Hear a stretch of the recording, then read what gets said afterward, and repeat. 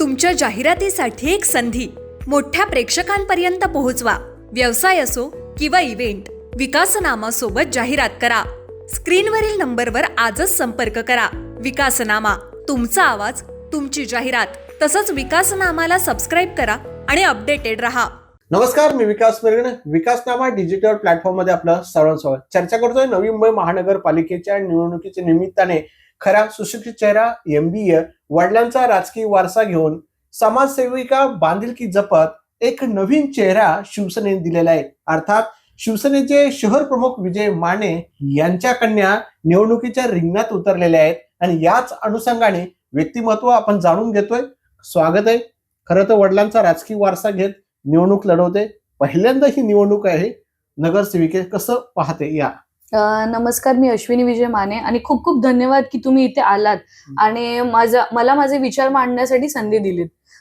As a युवती अधिकारी म्हणून गेली 10 वर्ष झाले मी युवा सेनेची असो किंवा महिलांकरिता असो खूप सारे कार्यक्रम घेतले आणि तळागाळात जाऊन कामं केली. आणि आता कालच आपली सर्व उमेदवारांना एबी फॉर्म देऊन शिंदे साहेबांनी गौरव केला. Yes yes yes AB form युवती अधिकारी होती. कसा अनुभव होता तुझा त्या महिलांसोबत, युवतींसोबत? ऍक्च्युली कसं झालं सर, युवती म्हणून मी लोकांशी जास्त कनेक्ट करू शकले, मला असं वाटतं.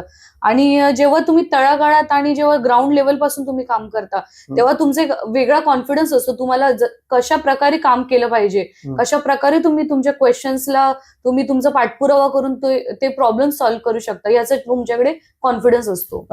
विष्णुदास भावेला त्यावेळेला तू सुद्धा खूप मोठा सक्रिय सहभाग होता, युवतींचा मेळावा घेतला. तो एक अनुभव कसा होता एक युवती म्हणून काम करत असताना? तू शहराध्यक्ष काय तर होती. येस येस येस ऍक्च्युली त्यावेळी आम्ही जो विष्णुदास भावेमध्ये प्रोग्राम घेतला होता तर खूप मोठ्या प्रमाणात गर्दी केलेली. आपल्या सर्वच पदाधिकारी होते. परत प्रत्येक प्रकारच्या काही परमिशन्स असतात किंवा काय, तर ती एक नवीन एक्सपिरियन्स असतो आपल्याला की नवीन काही शिकायला भेटतं. आणि मी प्रत्येक वेळी मी असंच सांगते की मी नवीन काहीतरी शिकायला नेहमीच उत्सुक असते. ओके, पण तू MBA झालेली मुलगी, एवढी मोठी जॉब लागला असता, पण का MBA सोडून, म्हणजे कशा प्रकारचं तू शिक्षण केलं आणि आता थेट राजकारणात यावंसं वाटलं? बाबा या सगळ्या घाणेरड्या राजकारणामध्ये तू एक एंट्री करते वडिलांचा वारसा घेऊन. सर्वप्रथम मला हे करेक्ट करावंसं वाटतंय की हे जे राजकारणाकडे लोकांची बघण्याची जी दृष्टिकोन आहे तो मी नक्कीच बदलणार. आणि नेक्स्ट 5 इयर्स नंतर तुम्हीच मला बोलाल की मी ज्या परसेप्शननी बघत होतो की तुम्ही नवीन जनरेशन, जे आपण नवीन जनरेशन आहे, तर ते पूर्ण आपल्यालाच परसेप्शन चेंज करावं लागेल लोकांचा, तेव्हाच जाऊन हे होणार आहे सर. आणि कसं आहे, मी तुझ्यापासून एक्झॅक्टली आणि मी याच प्रभागामध्ये लहानाची मोठी मोठी होत गेले आणि वडिलांचं राजकारण बघत मोठी झाले. वडिलांनी जे समाजकारण केलं ते समाजकारण 80% समाजकारण 20% राजकारण, हा मंत्र त्यांनी जपला आणि त्यांचंही समाजकारण बघत मी मोठे झाले. तर अर्थातच त्यांनी जी केलेली कामं आहेत त्याचा अनुभव सुद्धा माझ्याकडे आहे. खरं तर वडिलांचं एक छोट्याशा घरातून तू एक आपल्या साध्या घरातून एक मोठ्या घरापर्यंत पोहोचली. कसा अनुभव होता वडिलांचा? त्यावेळेला गरिबीतून तू वर येत, वडिलांचं गरिबी आता कुठेतरी पुनर्विकास नवी मुंबई शहरात होतोय, लोकांना मोठे, कसा अनुभव होता त्या लहानपणातला वगैरे? ऍक्च्युली कसं, आम्ही आता जिथे राहतो सेक्टर 16 तिथे माझा जन्म झाला.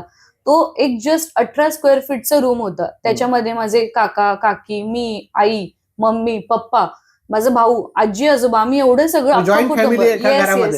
अख्खं कुटुंब आम्ही त्या एरियामध्ये तेवढ्याशा घरात राहत होतो. आणि आता तेच घर रिडेव्हलपमेंटला जाणार आहे.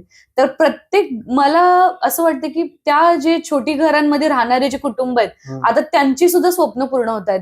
त्यांना सुद्धा एक मोठ्या टॉवरमध्ये राहण्याची संधी मिळते. आणि मला अक्षरशः एवढा आनंद होते की म्हणजे प्रत्येकाला असं वाटतं की आपण मोठ्या घरात राहावं, प्रत्येकाला वाटतं की आपलं एम्युनिटीज असावे आपल्याकडे. आणि नक्कीच आता हा जो रिडेव्हलपमेंटचा मोठा विषय आहे आणि आत्ताच्या घडीचा सर्वात मोठा विषय, आपण आपल्या माध्यमातून माझ्या जे प्रभागातले रहिवासी आहेत त्यांना त्यांच्या सोयीची घरं, त्यांना किती लवकरात लवकर त्यांना घरं मिळतील याचा पाठपुरावा मी करणार माझ्या माध्यमातून.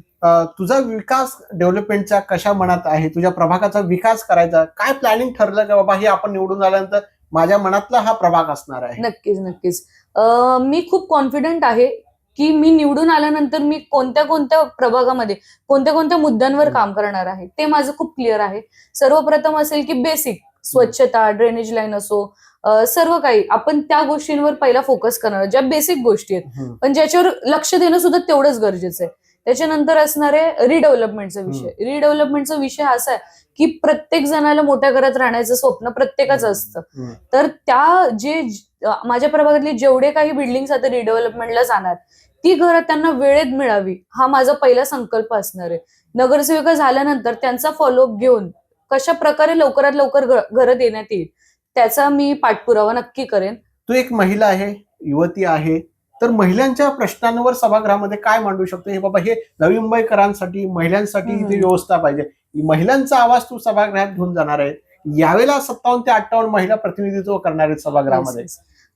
महिलांकरिता जर तुम्ही मला विचाराल तर मी एवढंच बोलेल की महिला सक्षमीकरण हा मोठा विषय असणार आहे. आपण आपल्या बचत गटाच्या माध्यमातून कशा प्रकारे आपण महिलांसाठी उद्योग निर्माण करू शकतो त्याचा मी नक्कीच विचार करेन. त्यानंतर आपल्या जी नवीन जनरेशन आहे त्यांना प्रशिक्षण देण्यासाठी सुद्धा मी काही विचार केलेला आहे, ते मी नक्कीच इम्प्लिमेंट करेल.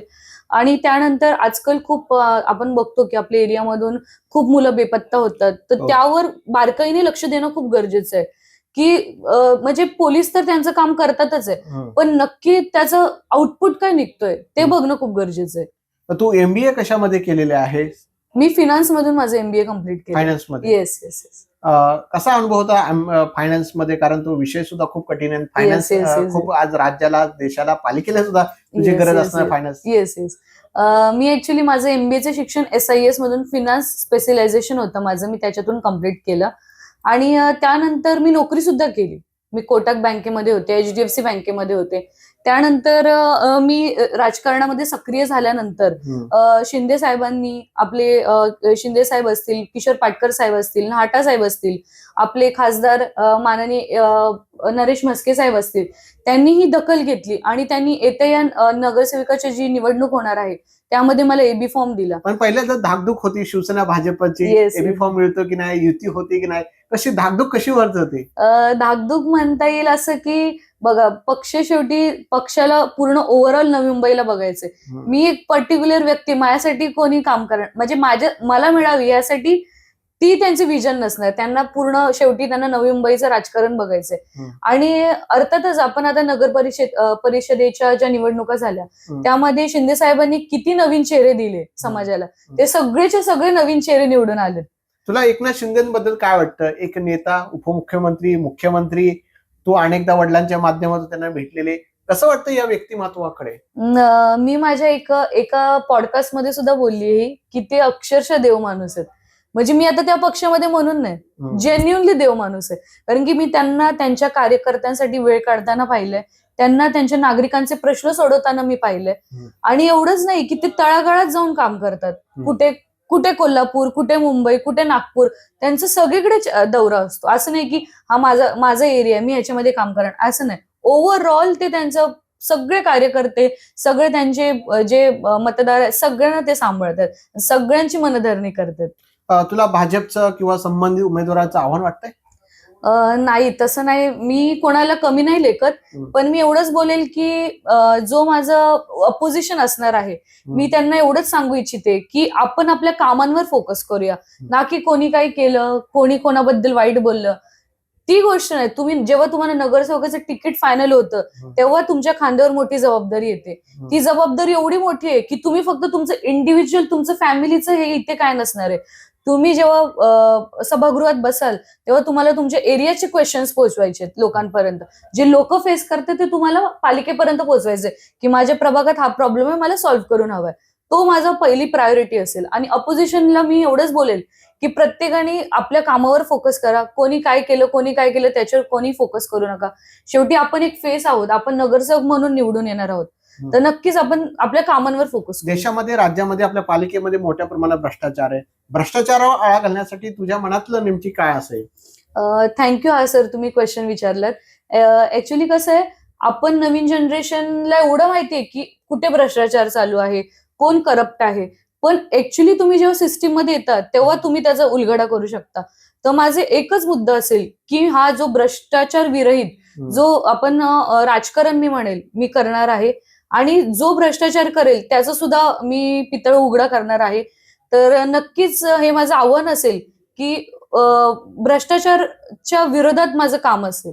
हे होते अश्विनी विजय माने. त्यांनी सांगितलं भ्रष्टाचारा विरुद्धामध्ये मी काम करणार आहेत आणि महिलांच्या प्रश्नांवर सभागृहामध्ये मांडण्याचं काम करणार आहेत आणि मला एकनाथ शिंदे साहेबांनी उमेदवारी दिली त्यांचे सुद्धा मी आभार मानते, अशा प्रकारची प्रतिक्रिया त्यांनी दिलेली आहे. आणि MBA झालेली मुलगी नवी मुंबई महानगरपालिकेच्या निवडणुकीमध्ये एक सक्षम आणि स्वच्छ प्रतिमेचा चेहरा घेऊन ती निवडणुकीला उतरत आहे. तुला खूप खूप शुभेच्छा. धन्यवाद. Thank you so much. धन्यवाद, तुम्ही वेळात वेळ काढून शेवटचा आला. प्रश्न, मतदारांना काय आवाहन करशील? मतदारांना मी एवढंच आवाहन करेल की यावेळी पॅनल सिस्टीम आहे. अ, ब, क, ड या 4 ठिकाणी तुम्हाला मतदान करायचं आहे. तर काही कन्फ्युज न होता मी तर सदैव तुमच्या मदतीसाठी इथे अवेलेबल असणारच आहे. आणि घरोघरी जेव्हा आपण प्रचार करू तेव्हा मी पर्सनली सगळ्यांना सांगणार आहे की कशा प्रकारे तुम्हाला मतदान करायचंय. खरंच म्हणजे मतदारांसाठी सुद्धा आणि आपल्या उमेदवारांसाठी सुद्धा ही पूर्णपणे नवीन प्रकारची ही जी आताची निवडणूक आहे ती असणार आहे. तर सगळ्यांनी आपण तयार राहूया आणि नक्की मी सर्वांना एवढंच आवाहन करेल की तुम्ही खाली उतरा आणि मतदान करा. येत्या 15 तारखेला तुम्हाला तुमचा हक्क बजवायचा आहे. तुम्ही 4 लोकांना निवडून देणार आहात. ही खूप मोठी जबाबदारी आहे. जिथे पहिला एकच करत होतं, आता तिथे 4 लोकांना तुम्हाला मतदान करायचं आहे. हे होते अश्विनी विजय माने. त्यांनी लोकशाही बळकट करण्यासाठी मतदानाचा हक्क बजावा असं सांगितलं. खूप खूप शुभेच्छा. धन्यवाद. थँक्यू. तुमच्या जाहिरातीसाठी एक संधी मोठ्या प्रेक्षकांपर्यंत पोहोचवा. व्यवसाय असो किंवा इव्हेंट, विकासनामा सोबत जाहिरात करा. स्क्रीनवरील नंबरवर आजच संपर्क करा. विकासनामा, तुमचा आवाज, तुमची जाहिरात. तसंच विकासनामाला सबस्क्राईब करा आणि अपडेटेड रहा.